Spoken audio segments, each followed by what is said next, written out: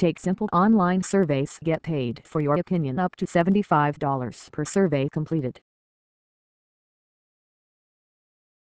Big companies like these companies are ready to pay you for sharing your valuable opinion. Register for free with survey companies available worldwide. Work from home for 1 or 2 hours a day. Just subscribe in my channel and share noahulclorzen@gmail.com. AirAsia plane found in Java Sea. Latest 13.17 Tom Phillips, reporting from Surabaya for The Telegraph, has just spoken with Tony Fernandez, the AirAsia CEO. Quote, "I am all right," said Mr. Fernandez, wiping a tear from his eye. "Inside, I'm pretty broken up." He said he was trying to stay strong to help support the families. Tomorrow he will fly to the crashed site with his team, but he is now advising family members not to go there and to let rescue teams do their jobs. He looks exhausted and upset, but he delivered a confident statement saying families were now his one and only priority. "I apologize profusely for what has happened," he said. "I can't really put into words how I feel right now." He suggested weather was a likely cause but refused to speculate on what exactly brought down the plane.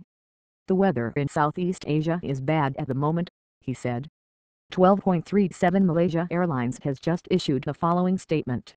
Quote, "Malaysia Airlines extends its heartfelt condolences and deepest sympathies to the families and friends of all passengers on flight QZ8501.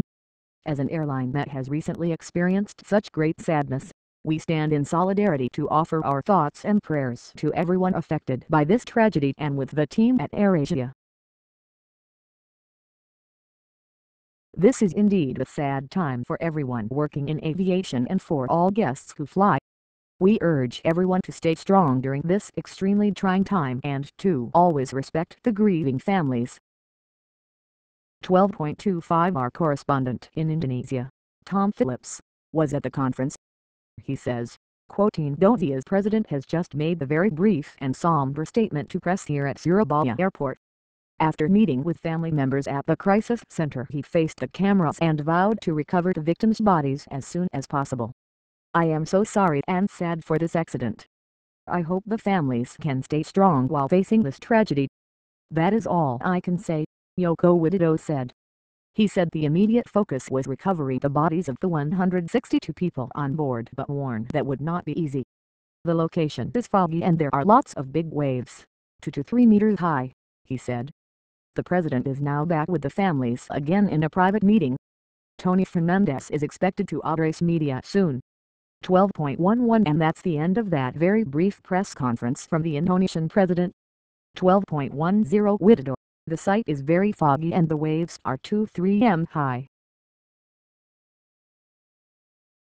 12.0 For Widodo thanks search and rescue personnel and neighboring countries for their help. 12.03 The president of Indonesia has begun speaking. 11.40 The president of Indonesia, Joko Widodo, is due to arrive in Surabaya any time now. 10.27 As the latest news of the search came through, the Foreign and Commonwealth Office confirmed that the British passenger on board the flight was Choi Kai-man. 10.08 40 bodies have been recovered at sea from the AirAsia jet that went missing on Sunday, Manahan Sigmoring Kirkadispinal, a spokesman for Indonesia's Navy, told Reuters. 09.528 FP, more than 40 bodies retrieved in AirAsia search, Indonesian Navy. 09.40 From Indonesia, Tom Phillips sent the following report. I've been speaking to families at Surabaya Airport who have now seen images of the crashed site and in many cases those of corpses floating in the sea. Despite those pictures, several insist they have still not given up hope. They say authorities have yet to give them official confirmation of the plane's discovery. "I still hope they are safe because I have had no specific news about them," said Ifan Yoko, 54, who had 6 relatives on the plane. "I am still optimistic." His bloodshot eyes told a different story. The father of Bino Darley with Jack Sono, the young man who was going on holiday with 6 friends, said he was also not giving up despite the day's developments. "I am so sad, especially for my wife, but I am optimistic," he said. "If something bad has happened, there is nothing I can't do. Perhaps it is the will of God."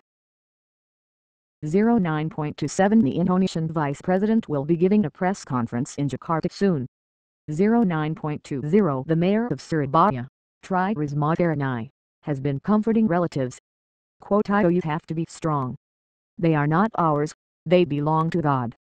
The Navy spokesman said a plane door, oxygen tanks and one body had been recovered and taken away by helicopter for tests. 09.06 Further confirmation from Reuters. Debris sighted in Indonesia's Java Sea is from the AirAsia jet presumed to have crashed 2 days ago, Top Tangzi Nuon, an official at the country's search and rescue agency, told Reuters on Tuesday. 09.03 Reuters. Indonesia Rescue and Search Agency official says Java Sea debris is from missing AirAsia jet. 08.46 The transcript of the final communication between Air Traffic Control and the pilot of AirAsia Flight 8501 has been released. According to the New York Post, it reveals a calm request to redirect the plane and then to climb to avoid a storm. Air Traffic Control couldn't say yes immediately because 6 other planes were crowding the higher airspace, forcing Flight 8501 to remain at a lower altitude, the transcript reveals. By the time the pilot was given the okay, a mere 2 minutes later, it was apparently too late. There was no response from the cockpit. Indonesia's state navigation operator said late Monday that the Airbus 320200 pilot, Captain AirAsia, who goes by one name, had requested permission to turn left to avoid a storm.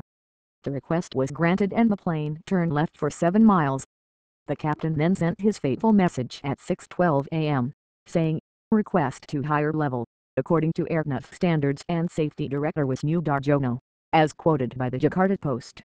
"Intended to what level?" the controller responded. When AirAsia said 38,000 feet, he was told to hold off because there were 6 other planes in that area. But when we informed the pilot of the approval at 6:14 a.m., we received no reply, Wisnu said.